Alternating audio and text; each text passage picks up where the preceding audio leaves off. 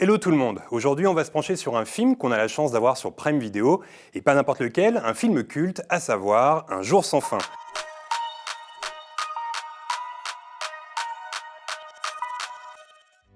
L'histoire d'un homme qui se retrouve bloqué dans une boucle temporelle et qui se voit condamné à revivre éternellement la même journée. Et la conception de ce film, elle débute dans une salle de cinéma. En 1990, le scénariste Danny Robin, qui n'a encore jamais rien écrit de sa vie, a une révélation. Confortablement installé dans son siège, il feuillette durant les bandes annonces les pages d'un livre qu'il lit à ce moment-là, Lestat, le vampire, livre qui plus tard deviendra par ailleurs un film, Entretien avec un vampire.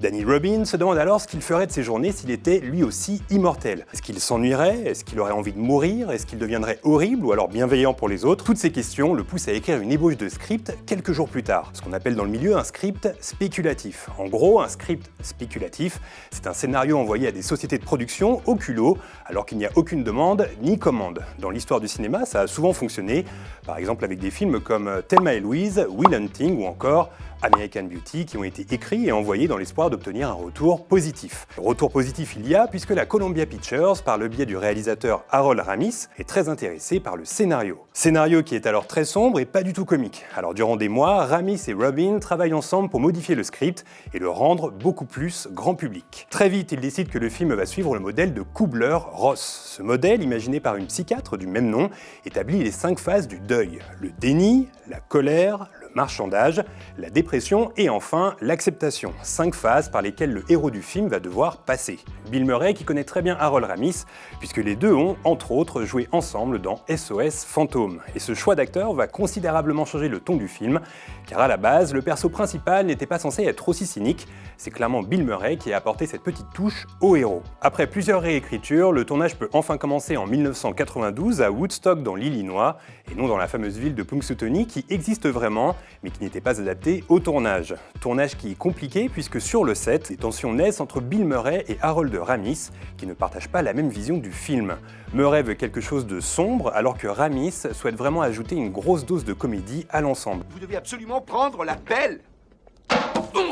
Quelques jours après sa sortie, Un jour sans fin devient un des plus gros cartons de l'année 1993. Quelques critiques assurent que ce film deviendra important dans le futur et aujourd'hui, le prestigieux magazine Le New Yorker considère ce film comme un chef-d'œuvre. Ce film est également un film charnière dans la carrière de Bill Murray, lui qui était jusque-là habitué à jouer des rôles purement comiques. Un jour sans fin permet de découvrir une sensibilité dans son jeu.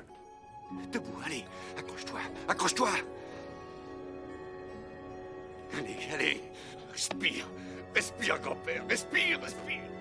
Ce film est désormais tellement culte qu'il est même devenu une expression. Aux États-Unis, l'expression Groundhog Day, le titre en anglais, est utilisée pour exprimer une lassitude face à une série d'événements qui se répètent inlassablement. Exemple, les confinements successifs qu'on vit depuis plusieurs mois. Quelques petites infos sur le film maintenant. À la base, était prévue une fin ouverte dans l'idée d'avoir Un jour sans fin 2. Après avoir mis plusieurs vents au personnage incarné par Bill Murray, c'est celui d'Andy McDowell qui finissait par se retrouver bloqué dans la boucle temporelle. Assez rapidement, cette idée a été abandonnée. Et une des questions qui revient le plus souvent depuis la sortie du film en 1993, combien de temps a duré la boucle temporelle dans laquelle se retrouve bloqué Phil Connors? Plusieurs théories ont émergé sur internet et au fil des années, certains pensent qu'il a été bloqué quelques mois, quelques années, voire quelques millions d'années, alors que la réalité se situe plus aux alentours de 30-40 ans. Selon Harold Ramis lui-même, toutes les compétences acquises par le personnage principal dans le film prendraient à peu près une trentaine d'années d'entraînement. Phil Connors est donc resté coincé à peu près 35 ans dans la ville de Punxsutawney. Et ce genre de boucle temporelle, on la retrouve ensuite dans plusieurs films. Je pense à l'excellent Edge of Tomorrow avec Tom Cruise et Emily Blunt, mais aussi à 2 films dispo sur Prime Video, The Map of Tiny Perfect Things et le très réussi Palm Springs, qui depuis quelques semaines profite d'un très bon bouche à oreille sur les réseaux. Alors désormais, vous savez quoi regarder. À bientôt.